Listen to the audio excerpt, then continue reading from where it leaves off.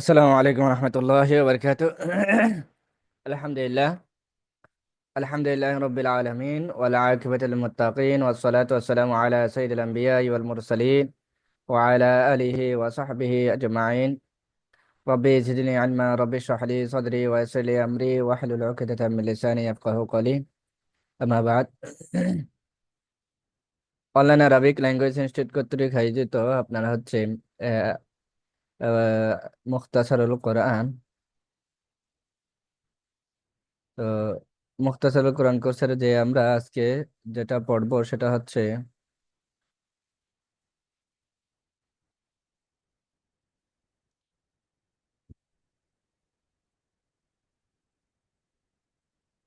সূরাতুশ শুআরা থেকে শুরু করবো ইনশাআল্লাহ।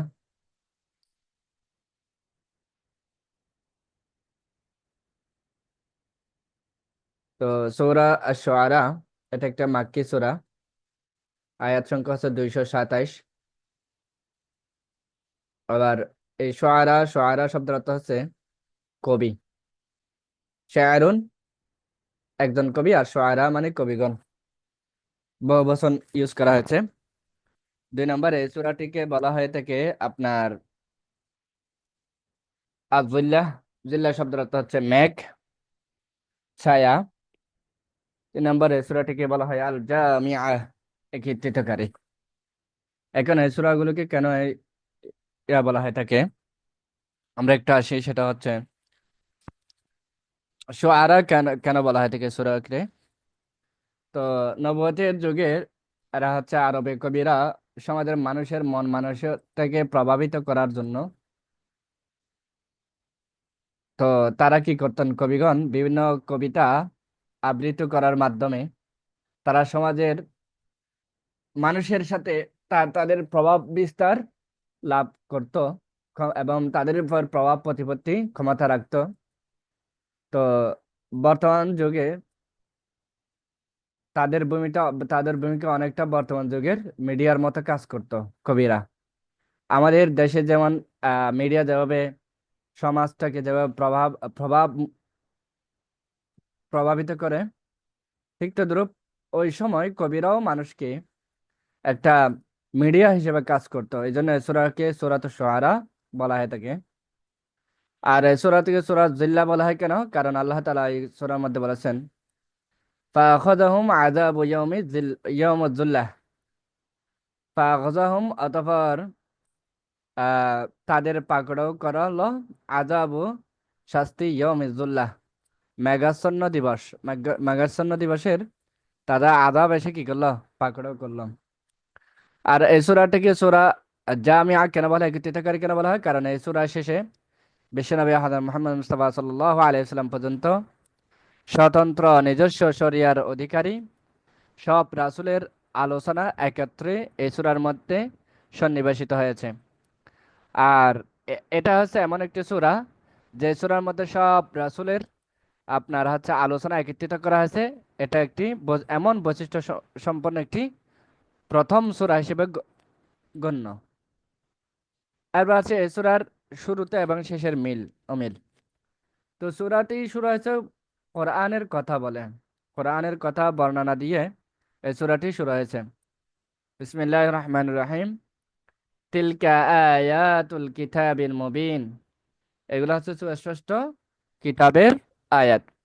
আর এই সূরাটি শেষ হয়েছে কোরআনের কথা বলে, ওয়া ইন্নাহু লাতানজিলু রাব্বিল আলামিন।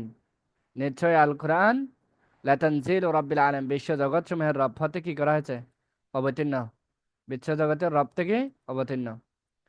এবং এই সূরার মধ্যে আরো একটি মিল রয়েছে, সেটা হচ্ছে সূরাটি শুরু হয়েছে জালেমদের ধমকি দিয়ে, ধমক দিয়ে। এই সূরাটি শুরু হয়েছে কি দিয়ে, জালেমদের ধমক দিয়ে। বিসমিল্লাহির রহমানির রহিম। ইন্না শাআ নুনাজ্জিল আলাইহিম মিনাস সামাই আয়াতান ফাযাল্লাত আ'নাকুহুম লাহা খাদিঈন। ইন্না শাআ, যদি আমি ইচ্ছা করি, নুনাজ্জিল মানে আলাইহিম তাদের উপর অবতরণ করতে পারি বা তাদের উপর পাঠাতে পারি, মিনাস সামাই আসমান থেকে, আয়া কোনো একটি নিদর্শন। ফাযাল্লাত ফাযাল্লাত আনাকুহুম লাহা খাদিঈন, যার সামনে তাদের আয়নাক, অনুকুন থেকে আয়নাক আসছে, অনুকুন অর্থাৎ ঘাড়। তো অনুকুন আয়নাক, তাদের ঘাট সমূহ কি করে দিবে আপনার খাদিঈন, নত করে দেয়। খাদিঈন, নত করে দেয়। এবং এই সূরাটি শেষ হয়েছে জালেমদেরও ধমক দিয়ে। وسيعلم الذين ظلموا أي منقلب ينقلبون। ওয়াসায়ালামু, আর অচিরই জানবে, শীঘ্রই জানবে, আল্লাযীনা যালামু, যারা জালেম ছিল তারা শীঘ্রই জানবে, আইয়া মুনকালাবিন ইয়ানকালিবুন, তারা কোন গন্তব্যস্থলে ফিরে যাবে সেটাও শীঘ্রই জালেমরা জানবে। তো পবিত্র আল কোরআন কারীম একমাত্র হক। কোরআন ব্যতীত আর বাকি যা কিছু রয়েছে সবকিছু হচ্ছে বাতিল। কোরআনে বর্ণিত সকল ইতিহাস সত্য, কোরআনের আহ্বান, কোরআনের ডাক, এটাও সত্য। কোরআনের বৈশিষ্ট্যাবলী সত্য। কোরআনে বর্ণিত যেসব দৃষ্টান্ত, উদাহরণ, যেসব কাহিনী, গল্প কাহিনী যা ব্যবহৃত হয়েছে, বর্ণিত হয়েছে, সবগুলো সত্য। কোরআনের সকল আয়াত সমূহ সত্য। কারণ কোরআন পরম সত্যবাদী মহান আল্লাহ তাআলার কাছ থেকেই কোরআন এসেছেন। এবং পক্ষান্তরে বিপরীতে আপনার কবিদের অধিকাংশই তারা ভ্রান্ত, তারা হচ্ছে অধিকাংশ জুলুমে কি ছিল, নিমজ্জিত ছিল। তাদের অধিকাংশ আপনার তাদের অধিকাংশদের কাব্য প্রতিভা ভ্রান্ত পথে কি করত, ব্যয় করত। এরপর আসি আপনার এই সূরার মূল কেন্দ্রীয় বিষয়বস্তু হচ্ছে মিডিয়ার গুরুত্ব। মূল বিষয়বস্তু হচ্ছে কি, মিডিয়ার গুরুত্ব। এই সূরার আলোচ্য বিষয়টা হচ্ছে আপনার দাওয়ার পথে নবী রাসূলগণ যে সব কষ্ট ও মুসিবতের সম্মুখীন হয়েছিলেন সেগুলোর বর্ণনা। মূসা আলাইহিস সালাতু ওয়াস সালাম জগতের অন্যতম নিকৃষ্ট সীমালঙ্ঘনকারী জালিম ফিরআউনের মুখোমুখি হয়েছিলেন। ফিরআউনের মুখোমুখি কে হয়েছিলেন? হযরত মূসা আলাইহিস সালাতু ওয়াস সালাম। আর ফিরআউন এটা এমন নিকৃষ্ট ছিল, এমন জালিম বাদশা ছিল যে নিজেকে খোদা দাবি করত। আর যারা তাকে ইলাহ হিসেবে মানত না, খোদা হিসেবে মানত না, তিনি তাদেরকে কঠিন ভাবে শাস্তি, নির্যাতন করত এবং এমনকি তাদেরকে হত্যা পর্যন্ত করত। তো এ ব্যাপারে এখানে আলোচনা এসেছে। তারপর হচ্ছে রসুলদের মধ্যে হযরত মুসা আলাইহিস ইসলাম দাওয়াত দিতে গিয়ে, হ্যাঁ, ইসলামের দাওয়াত দিতে গিয়ে, অর্থাৎ এক ইলার একত্ববাদী খোদার দাওয়াত দিতে গিয়ে আপনার সবচেয়ে বেশি আশঙ্কাগ্রস্ত ছিলেন নবীদের মধ্যে, সেটা হচ্ছে আপনার মুসা আলাইহিস সালাতু ওয়াস সালাম। 2 নাম্বার, এখানে যে আলোচনাটা এসেছে সেটা হচ্ছে কি, দাওয়াতের কাজ করতে গিয়ে তার অন্তর সংকুচিত হয়ে পড়েছিল। দাওয়াতের কাজ করতে গিয়ে কি হয়েছিল? তার অন্তর সংকুচিত হয়ে পড়েছিল। কার? মূসা আলাইহিস সালামের। তিনি সাহস হারিয়ে ফেলেছিল এবং তার জবানও কি ছিল, আড়ষ্ট ছিল, অর্থাৎ মানে অনেকটা জবানটা পরিষ্কার ছিল না আর কি। তারপর হচ্ছে মূসা আলাইহিস সালাম তার জাতির কাছেও অপরাধীও ছিলেন। তার জাতির কাছে মূসা আলাইহিস সালাম কি ছিলেন? অপরাধী ছিলেন। এরপর হচ্ছে আবার আল্লাহ তাআলা তাকে কঠিন একটি দায়িত্ব দিয়েছিলেন, আর তা হলো বনি ইসরায়েলকে ফিরআউনের কবল থেকে উদ্ধার করা, মুক্ত করা। এটাও একটা মুসা আলাহিস ইসলামের জন্য কঠিন পরীক্ষা ছিল। এরপর হচ্ছে ফিরআউন মুসা আলাহিস ইসলামকে জেলখানায়, কারাগারে বন্দি করার হুমকি দেন। এরপর হচ্ছে ফিরআউন মুসা আলাহিস ইসলামের বিরুদ্ধে আপনার জাদুকর থেকে লেলিয়ে দিয়েছিল। ফিরআউন মিডিয়াকে মুসার বিরুদ্ধে হাতিয়ার হিসেবে ব্যবহার করেছিল। ওই যে তার বাহিনীগুলোকে মুসার পিছনে কি করছিল, আপনার লেলিয়ে দিয়েছিল হাতের হিসেবে, মানে প্রচার, মুসা পাগল হয়ে গেছে, মুসা ইত্যাদি ইত্যাদি তাদের বাহিনীকে কি করছিল।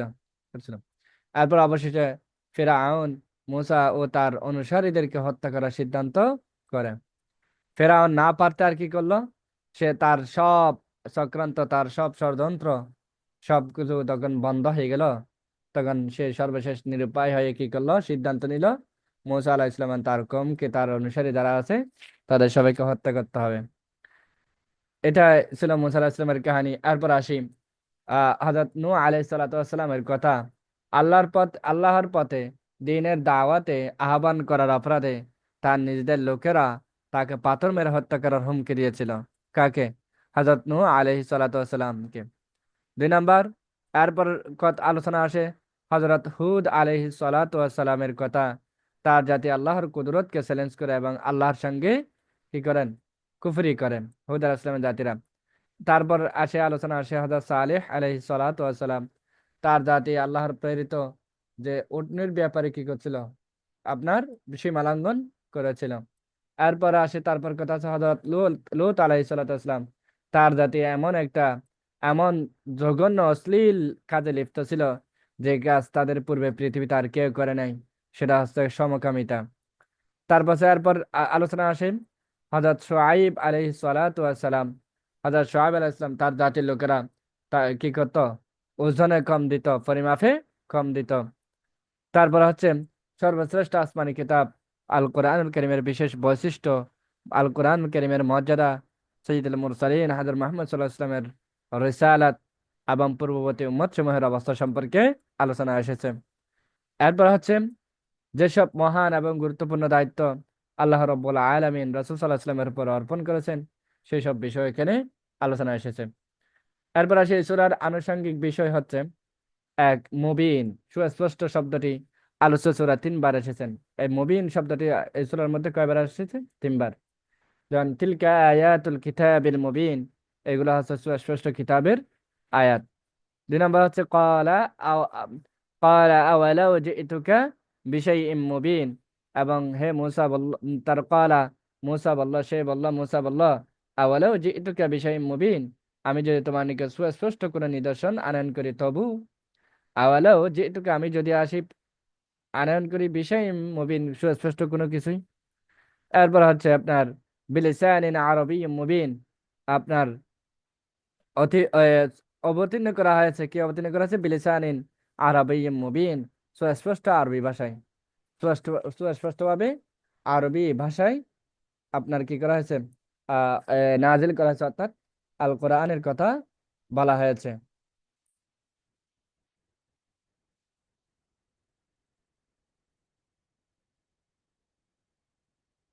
এরপর আসি, তো এখানে আমাদের যে পরিষ্কার হওয়া যায় সেটা হচ্ছে কি, কোরআন মানব জাতির সামনে সুস্পষ্ট নিদর্শন এবং দলিল প্রমাণ নিয়ে এসেছে, যা এবং হক বাতিলের মাঝে পার্থক্য করার জন্য এটা যথেষ্ট, কোরআনে যথেষ্ট।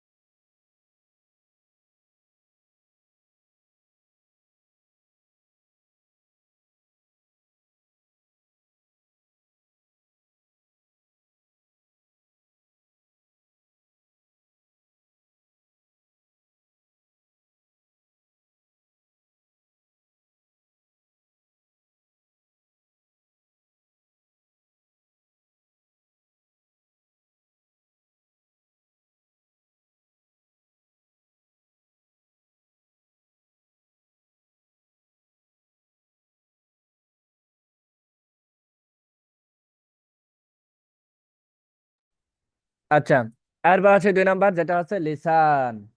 লিসান শব্দের অর্থ হচ্ছে জিহ্বা। লিসান শব্দের অর্থ হচ্ছে কি আপনার জিহ্বা। আর জিহ্বা বলতে এখানে কি বোঝায়?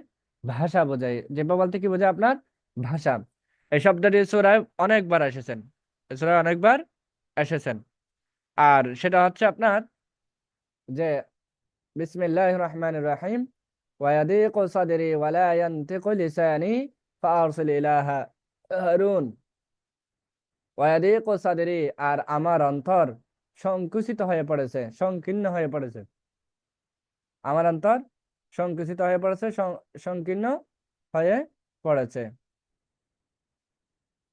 তারপর হচ্ছে আপনার ওয়ালা ইয়ান্তিকু, আর ওয়ালা ইয়ানতিকু লিসানি, ওয়ালা ইয়ানতালিকু লিসানি, আর আমার জিহ্বাও কি নাই, সাবলীল নাই। অর্থাৎ আমার জিহ্বা সুস্পষ্ট না, আমার কথায় কি আছে, মানে জিহ্বার সমস্যা আছে, কথাবার্তা বলতে সমস্যা হয়, সুস্পষ্ট না। ফারসিল ইলা হারুন, সুতরাং হারুনকেও ওহী পাঠান। এটা কার কথা? মুসা আলাইহিস সালাম। মুসা আলাইহিস সালাম বলতেছিল, আল্লাহ আমার অন্তর তো আরো সংকীর্ণ হয়ে পড়ছে, অর্থাৎ আমি হতাশ হয়ে পড়তেছি। আর তাছাড়া আমার কথা উম্মত শুনতেছে না, আমার জিহ্বার অস্পষ্টতার কারণে, জবানের অস্পষ্টতার কারণে মানুষকেও বোঝাতে পারি না। আপনি আমার সহযোগী হিসেবে হারুনকেও আপনি ওহী পাঠান। আমার ভাই হারুন, মুসা এবং হারুন দুইজন, হারুন আসলাম দুইজন কি ছিলেন? ভাই ছিলেন। যে হারুনকেও আপনি ওহী পাঠান বা আমার কাছে মানে নবী হিসেবে প্রেরণ করুন, তাহলে আমরা দুই ভাই মিলে আপনার দাওয়াত দিব। এটাই আর কি। এরপর হচ্ছে ওয়াজআল লি লিসানা সিদকিন ফিল আখিরিন।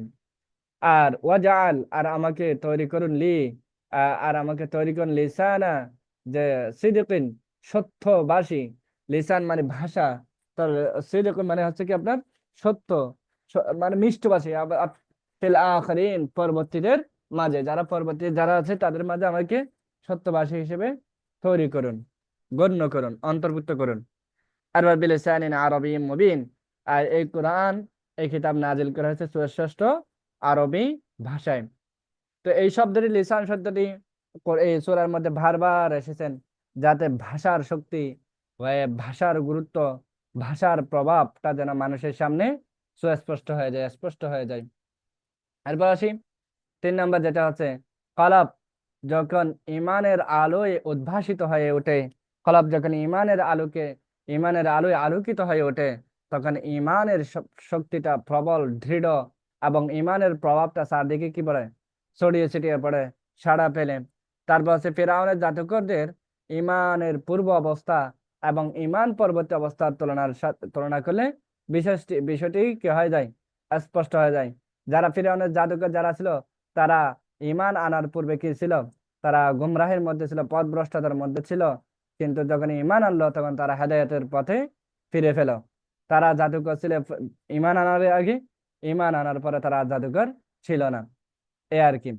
তো এরপর হচ্ছে ইমান আনার পূর্বে যে তারা হচ্ছে পার্থিব অর্থবিত্ত এবং বাদশা নৈকট্য লাভের জন্য লালায়িত ছিল। অর্থাৎ যে বনি ইসরায়েল যারা ছিল, মুসা আলাহিস সালামের কওমরা, তারা ইমান আনার পূর্বে মূলত, শুধু মুসা আলাহিস সালাম কওমরা না, যারা আপনার বিধর্মী যারা ছিল, তারা ইমান আনার পূর্বে মূলত অর্থবিত্তকে, দুনিয়ার অর্থবিত্তকে এবং বাদশার নৈকট্য লাভ করাকে তাদের একটা চির চিরায়িত একটি স্বপ্ন ছিল। এটাই তাদের মূল লক্ষ্য, উদ্দেশ্য ছিল। এরপর হচ্ছে এই সূরার মধ্যে আরো আলোচনা এসেছেন, সেটা হচ্ছে ঈমান আনার পর তাদের যে সাহস, তাদের সম্পূর্ণভাবে কি হয়ে গেল, আহ বদলে গেল। এবং এমনকি তাদেরকে নির্যাতন করার, তাদেরকে হত্যার হুমকি দিল, তাদেরকে দিন থেকে কি করতে পারে নাই, হ্যাঁ, আপনার এই দিন থেকে সরানো সম্ভব হয়নি, দিন থেকে কি করা সম্ভব হয়নি, সম্ভব হয়নি। এমন ভাবে দিনটা, তারা এমন, তাদের ভিতরে এমন ভাবে জজবা, এমন ভাবে তাদের ইমানের শক্তিটা সেভাবে দৃঢ় হয়ে গিয়েছিল। সুবহানাল্লাহ।